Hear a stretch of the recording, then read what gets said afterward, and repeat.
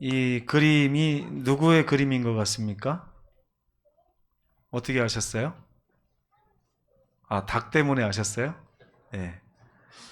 제가 제목을 그 위에다 쓰려다가 아무래도 닭을 보여드려야 여러분들이 알 것 같아서 제목을 밑으로 좀 내렸더니 맞히신 것 같습니다. 베드로가 언제 있었던 일이에요, 이것이? 예수께서 십자가에 달려 돌아가시기 전날 밤에 베드로가 다른 사람도 아니고 베드로가 그죠?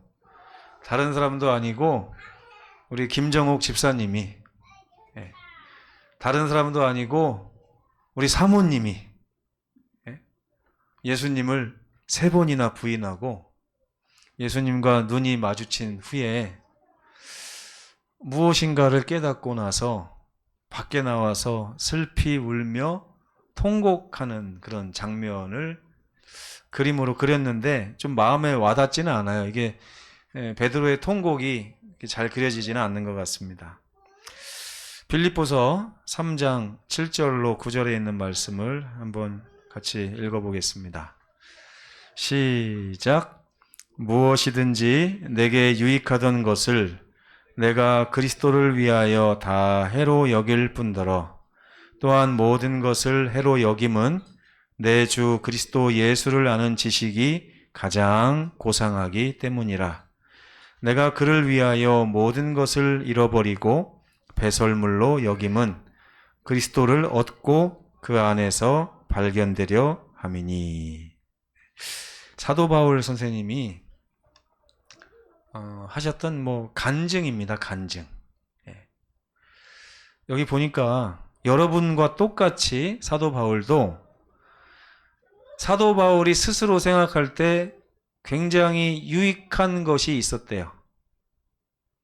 우리 최소연 자매님은 유익한 게 뭡니까? 자기 자신에게 정말 소중한 거. 나에게는 없어서는 안 되는 거. 그런 게 다 있겠죠. 그렇죠? 무엇인가 남편이 될 수도 있고요. 그죠? 통장의 숫자가 될 수도 있고 아니면 직장이 될 수도 있습니다. 사도 바울에게도 그런 것이 있다는 거예요. 그런데 어느 순간에 그것들이 다 나에게 이로운 것이 아니라 해로운 것으로 느껴졌대요. 느껴졌다는 게 중요합니다. 느껴졌대요. 저희 아이들에게 제가 지지난주에 핸드폰을 맘먹고서 온 가족의 핸드폰을 다 바꿨어요. 네. 그것도 다 중고로 바꿨습니다. 근데 리퍼빗이라고 해가지고 다른 사람이 쓰던 것이 아니라 그냥 잠깐 반품 들어온 거를 고쳐가지고 회사가 다시 판매하는 거를 이렇게 했는데 아이들이 이 핸드폰을 얼마나 소중하게 여기는지 몰라요. 네. 핸드폰 자체로도 소중하게 여기지만 이걸 가지고 켜가지고 하면 시간 가는 줄 모르고 이렇게 빠져 있습니다. 그런데 어느 순간에 아빠가 야 너희들 핸드폰 많이 하면 안 돼. 이거 줄여야 돼. 열심히 줄여봐. 그러니까 아이들이 줄이려고 노력을 하는데요. 줄이면서도 어떠냐면 줄이면서 행복이 찾아올까요? 아니면은 불행이 찾아올까요? 줄이면 줄일수록. 네.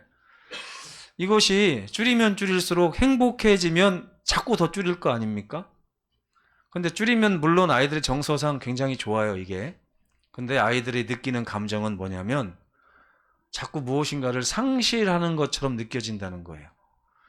근데 사도 바울이요, 내가 그리스도를 위하여 좋아하던 것들을 포기하면 포기할수록 사도 바울에게 원래는 뭐가 찾아와야 되냐면 좀 뭔가 답답하고 잃어버리는 것 같고 상실감을 느껴야 마땅한데 사도 바울은 어느 순간에 모든 것이 해로 여겨지기 시작했다는 거예요. 그동안 그렇게 좋아하던 것들, 사랑하던 것들, 소중하게 여기던 것들이 이제는 소중하게 여겨지지 않게 됐다는 것입니다. 자기가 노력해서 된 거예요? 그렇게 된 거예요. 저절로 그렇게 된 것입니다. 그 이유가 뭐냐면 내 주 그리스도 예수를 아는 지식이 내 마음에 들어오고 나니까 저절로 그것이 얼마나 고상한지를 깨닫게 되고 저절로 내가 그동안 바라봤던 이 세상 것들이 얼마나 가치 없는 것인지를 깨닫게 되었다는 것입니다. 근데요, 많은 분들이요, 신앙을 노력하는 신앙을 하는 분들이 있어요. 교회 나오기 싫은데 교회 더 일찍 가야 되는데, 교과 공부하기 싫은데 교과 공부 더 열심히 해야 되는데, 성경 읽기 싫은데 성경 열심히 읽어야 되는데, 기도도 해야 되는데, 방문도 해야 되는데, 행복이 찾아옵니까 안 옵니까? 신앙을 하면 할수록. 예. 제가 예전에 이런 함정에 좀 빠져 있었어요. 그러니까 신앙을 열심히 하면 할수록 그것이 저에게 삶의 기쁨을 가져다 주는 것이 아니라 자꾸 삶을 불행하게 만들고 신앙을 괴롭게 만들고 그렇게 하더라고요. 그래서 어느 순간에 하나님 앞에 제가 딱 기도하면서 그랬어요. 하나님, 오늘부터 저 아무것도 안 하렵니다. 하나님이 왜? 이렇게 물어보시더라고요. 행복하려고요. 지금은 제가 아무것도 안 하는 것이 뭔가 열심히 신앙하는 것보다 더 행복합니다. 그러니까 제가 행복하기 위해서 아무것도 안 하겠습니다. 봤더니 저만 그런 게 아니라 교회 안에 많은 분들이 행복하기 위해서 아무것도 안 하는 분들이 있더라고요. 그리고 이분들이 10계명의 넷째 계명을 아주 잘 이해하는 것처럼 보였어요. 너희는 안식일에 아무 일도 하지 말라 그랬더니 진짜 아무것도 안 하려고 그래요. 근데 여러분, 제가 우리 아이들을 아무리 아무것도 하지 말고 휴대폰 하지 말고 딴 거 해라 그래도 아이들은요, 어느 순간에 보면 자기도 모르게 휴대폰을 켜갖고 보고 있어요. 왜 그럴까요?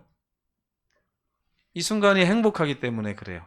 그게 행복이 좋은 행복인지 나쁜 행복인지 모르지만 어쨌든 아이들은 휴대폰을 할 때 행복한 것 같습니다.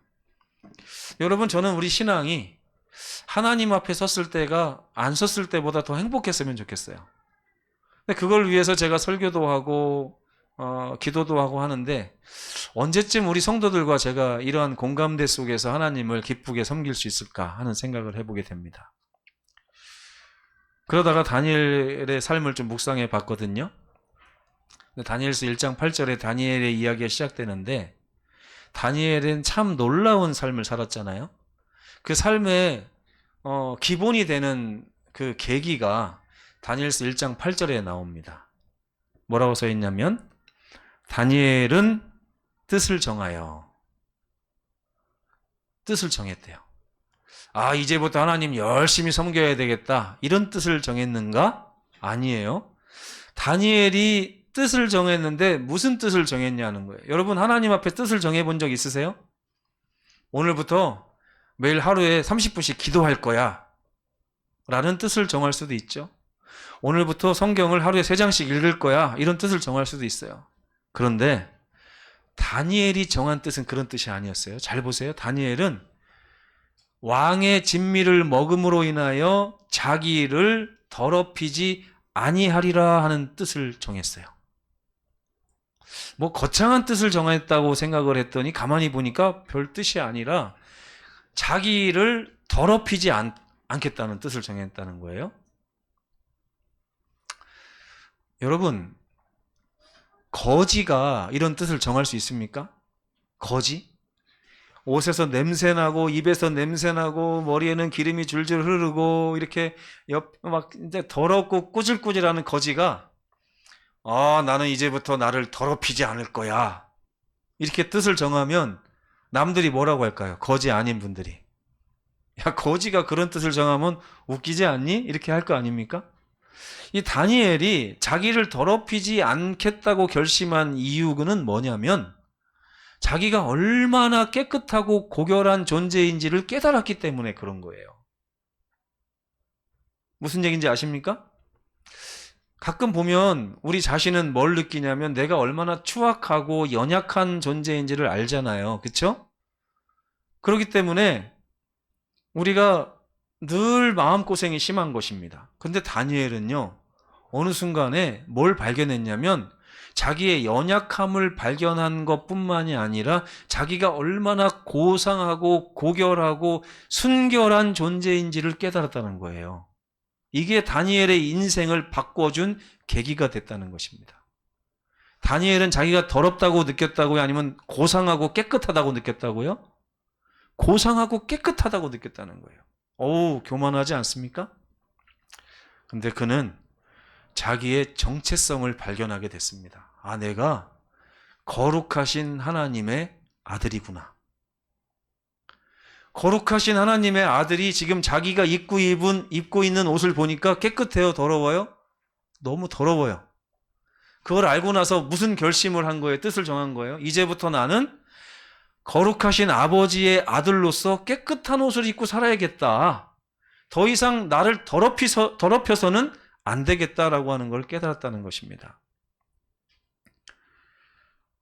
그래서 그가 결심한 뜻은요, 이제부터는 자기 신분에 맞는 삶을 살기로 뜻을 정했다고 하는 것입니다. 여러분, 여기서 아주 중요한 사실을 제가 말씀드리고 싶어요. 뭐냐면 다니엘이 그것을 어떻게 해서 느끼게 됐냐는 거예요. 어떻게 해서.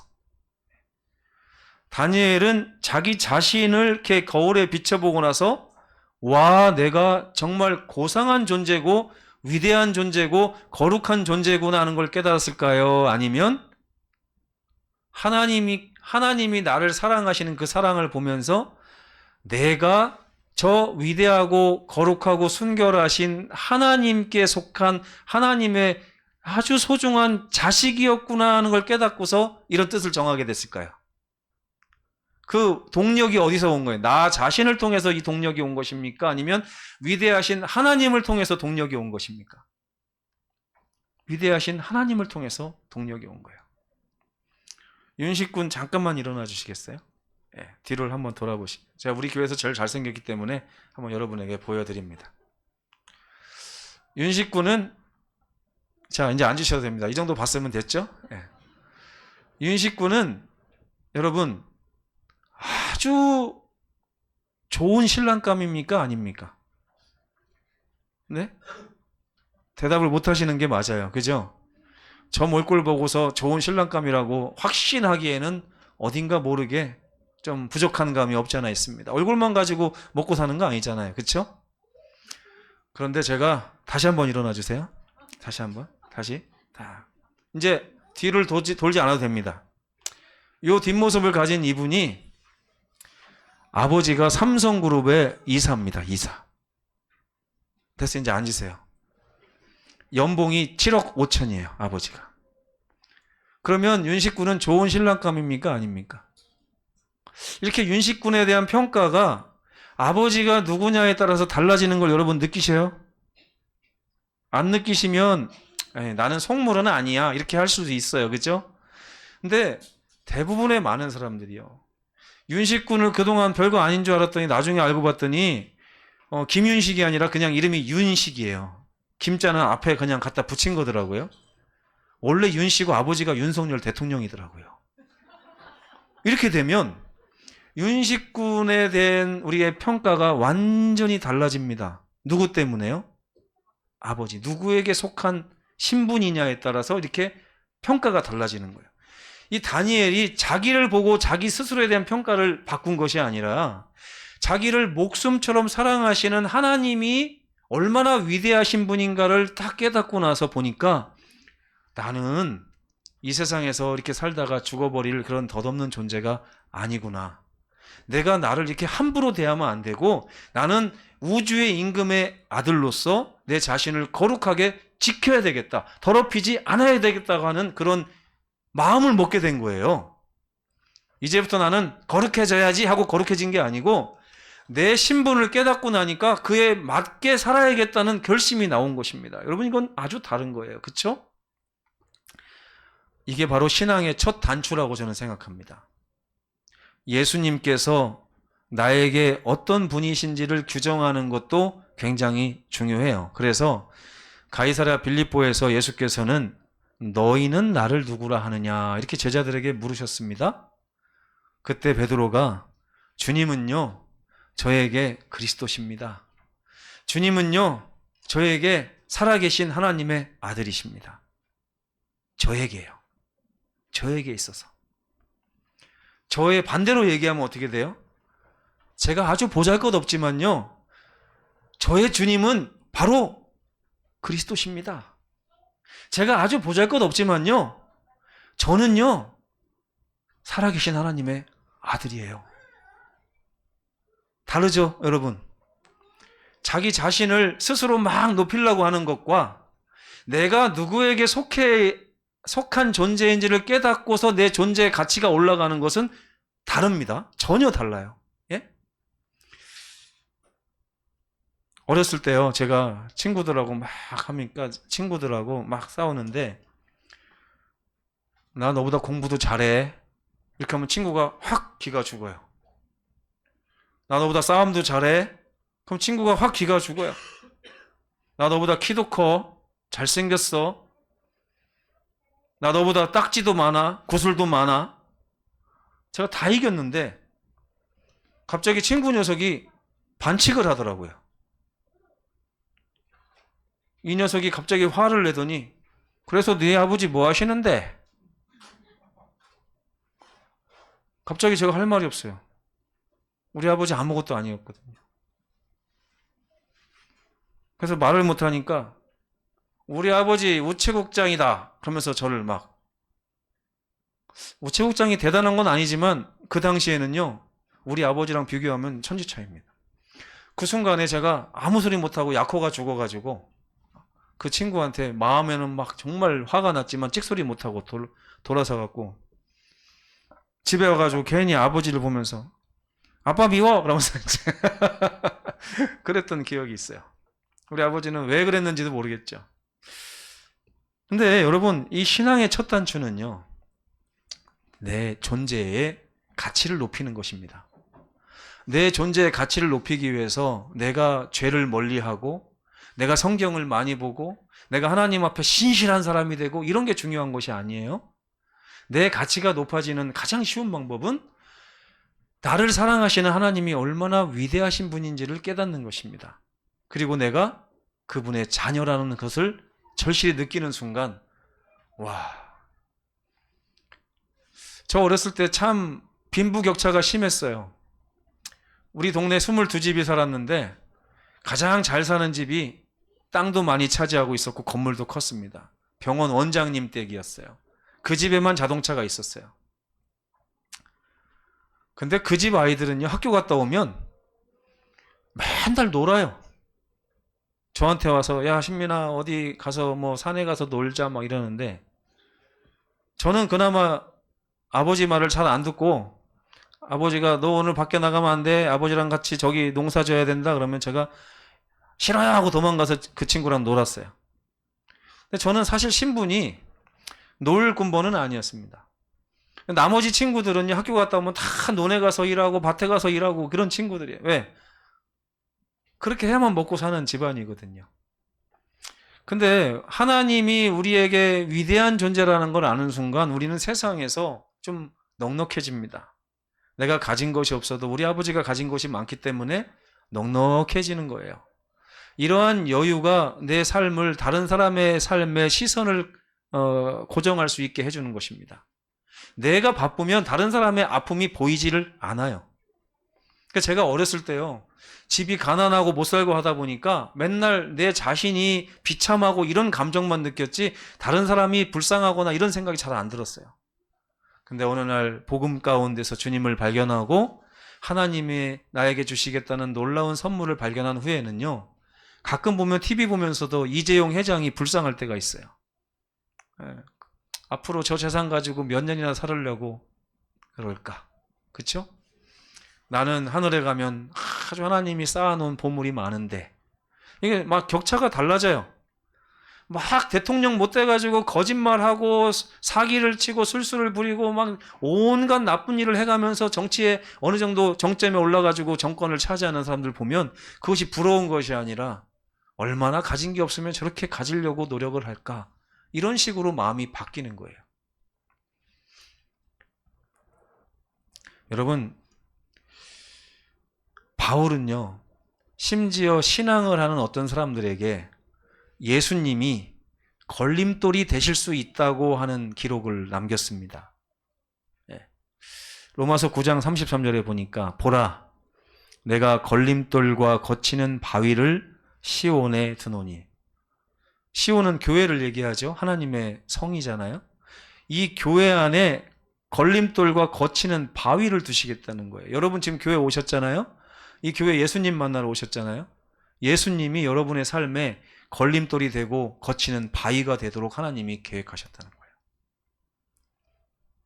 근데 가만히 보니까 이 걸림돌과 거치는 바위를 믿는 자는 부끄러움을 당하지 않을 것이다 그랬어요. 이게 무슨 말이에요, 여러분? 예수님 때문에 뭔가 삶이 힘들고 괴롭지만, 뭔가 손해보는 것 같고 남들만큼 살지 못하는 것 같지만, 그를 믿기만 하면 결코 부끄러움을 당치 않겠다고 약속하신 것입니다. 이 말씀은 사실 바울이 한 말이 아니죠. 이사야 28장에 보면 하나님께서 이사야를 통해서 하신 말씀입니다. 여기 뭐라고 써 있냐면, 주 여호와께서 이같이 이르시되 보라, 내가 한 돌을 시온에 두어 기초를 삼았노니 이 돌이 걸림돌과 거치는 바위가 아니라 시험한 돌이요 귀하고 견고한 기초돌이라. 이사야는 분명히 이렇게 말을 했어요. 근데 바울은 이 말씀을 인용하면서 이거를 바꿔가지고 이 시험한 돌이요 귀하고 견고한 기초돌이라고 하신 하나님의 말씀을 자기가 바꿔가지고 뭐라고 했어요? 걸림돌과 거치는 바위. 똑같이 예수님을 지칭하는 거예요. 이게 무슨 말이냐면요, 어떤 사람에게는 예수님이 걸림돌이 되고 신앙이 걸림돌이 되지만, 어떤 사람에게는 예수님이 기초석이 되고 주춧돌이 되고 삶에 있어서 너무나 꼭 필요한 분이 된다는 것입니다. 제가 모태신앙을 해왔기 때문에 신앙하시는 분들을 볼 때마다 신앙하시는 분들이 두 부류가 있다는 사실을 저는 알게 됐습니다. 어떤 분은 교회 다니시면서도 교회 더 열심히 다니는 것이 삶의 부담으로 다가오는 분들이 있어요. 하나님 사업 열심히 동참하는 것이 삶의 부담으로 다가오는 분들이 있어가지고 최소한만 하려고 하는 최소 신앙을 하시더라고요. 근데 어떤 분들은 이 신앙이 하면 할수록 자기에게 유익을 주고 행복을 주기 때문에 최대 신앙을 하려고 하는 분도 제가 봤습니다. 많지는 않더라고요. 근데 여러분, 이 차이가 어디에서 오느냐가 되게 중요한데, 오늘 제가 드릴 말씀이 바로 그거예요. 왜 이런 차이가 오는? 어떤 분에게는 예수님 믿는 것이 왜 거침돌이 되고, 어떤 분에게는 예수님 믿는 것이 왜 기초돌이 될까요? 하는 것을 이 시간에 알려드리고 싶어서 제가 말씀을 준비한 것입니다. 베드로가요, 예수님을 주춧돌로 삼았을까요? 걸림돌로 삼았을까요? 이제 베드로 얘기를 해야 되는데, 그가 가이사랴 빌립보에서 주는 그리스도이시요 살아계신 하나님의 아들입니다 라고 말하면서 마치 그 삶에 예수님이 주춧돌인 것처럼 고백을 했었습니다. 근데 나중에 막상 열어보니까, 뚜껑을 열어보니까 그에게 있어서 예수님이 주춧돌이었어요? 걸림돌이었어요? 닭이 3번 울기 전까지 베드로 그거 몰랐어요. 그렇죠? 근데 닭이 3번 울고 나서 깨달은 게, 예수님을 자기가 주춧돌로 삼았다고 생각하고 살았는데 알고 보니까 예수님이 자기 삶의 걸림돌이었다는 거예요. 지금 십자가를 지고 저 갈바리로 가려고 하는 예수님은 내가 바라는 예수님이 아니었던 거예요. 그러다 보니까 예수님이 나의 삶의 걸림돌이 되니까 부인하고 깨달은 거죠. 예수님께서 미리 얘기하셨어요. 네가 오늘 닭이 3번 울기 전에 나를 3번 부인할 것이다. 닭이 울기 전에 나를 3번 부인할 것이다. 예수님이 아셨어요? 모르셨어요? 아셨어요. 베드로, 너에게 있어서 나는 주춧돌이 아니라 걸림돌이 될 수도 있어 하는 것을 예수께서 알려주신 것입니다. 다니엘이 실패하지 않은 그 장소에서 베드로는 실패했던 거예요. 그럼 여러분, 다니엘은 왜 실패하지 않았고 베드로는 왜 실패했느냐 하는 것입니다. 그 차이가 어디에 있느냐 하는 거예요. 베드로는요, 닭이 울기 전까지 예수님을 어떻게 취급을 했냐면, 나라고 하는 존재를 주춧돌로 딱 삼아놓고 거기에 예수님을 올려놓으려고 하는 예수님 신앙을 했었습니다. 그러니까 예수님을 올려놓고, 그러니까 나라고 하는 존재의 가치를 예수님을 나에게 더함으로 말미암아 찾으려고 한 거예요. 그래서 내가 어떤데 나는 나에게 어떤 스펙이 있고 내가 가진 게 무엇이고 내 소유가 무엇인데 나는 예수님도 있어. 이런 신앙을 한 것입니다. 그러니까 예수님이 나를 살찌우지 않으면 예수님은 결코 나에게 주님이 될 수 없는 거예요. 그러다 보니까 이제까지는 괜찮다가 갑자기 예수님이 십자가 길을 걸어가자마자 베드로에게 문제가 생긴 것입니다. 교회가 신앙생활이 나에게 도움이 될 때는 내가 신앙을 잘하는 것 같은데 갑자기 핍박이 오고 신앙하기가 어려워지니까 갑자기 예수님이 나에게 걸림돌처럼 느껴지는 그런 신앙이 되는 것입니다. 이게 바로 베드로가 경험한 신앙이었어요. 근데요, 다니엘은 달랐습니다. 다니엘은 내 자신에다가 예수님을 더해서 내 자신의 존재감을 찾은 것이 아니었어요. 자기 자신이 얼마나 연약하고 보잘것없는 존재인지를 깨달았지만 이런 존재를 목숨처럼 사랑하시는 예수님을 발견하게 된 것입니다. 그리고 자기의 존재 가치를 누구에서 찾았어요? 예수님에게서 찾았어요. 아, 내가 이렇게 못났지만 나는 하늘 왕의 아들이구나. 그러니까 나를 더럽히면 안 되겠구나 하는 것을 깨달은 것입니다. 이날 저녁에 늦지 않게 베드로도 이 새벽이죠, 새벽. 그 양팔 저울이 바뀌었습니다. 그동안 양팔 저울이 이렇게 돼 있었는데 그 순간 예수님과 눈이 마주친 순간에 예수님께서 그에게 미리 닭이 울기 전에 네가 나를 3번 부인하리라고 말씀하신 그 깊은 뜻이 어디 있었던가 하는 것을 베드로가 깨닫게 된 것이에요. 그 순간 자기가 예수님을 나의 삶의 기초로 두지 않고 예수님으로부터 나의 존재를 찾은 것이 아니었다는 걸 깨닫게 되고 그걸 눈물로써 회개한 다음에 그의 양팔 저울이 반대로 이렇게 바뀌게 된 것입니다. 저는 오늘 이 시간에 우리 성도들의 양팔 저울도 이렇게 바뀌었으면 좋겠다는 마음이 있습니다. 베드로처럼 예수께서 하신 말씀이 생각나서 밖에 나가서 심히 통곡하는 그런 회심이 있었으면 좋겠습니다. 신앙생활에 있어서 기준을 어디에 두느냐에 따라서 예수님은 걸림돌이 되기도 하고 주춧돌이 되기도 합니다.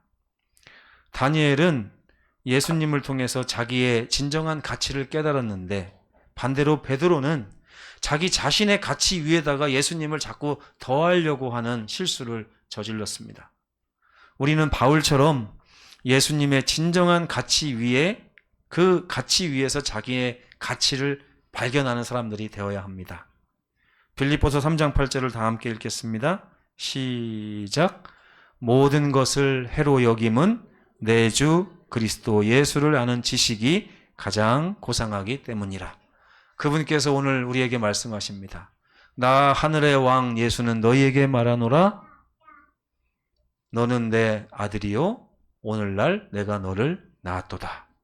이러한 놀라운 그러한 가치를 가지고 세상을 살고 주님 안에서 형통하시는 우리 모든 성도들 되시기를 간절히 바라면서 말씀을 마치겠습니다.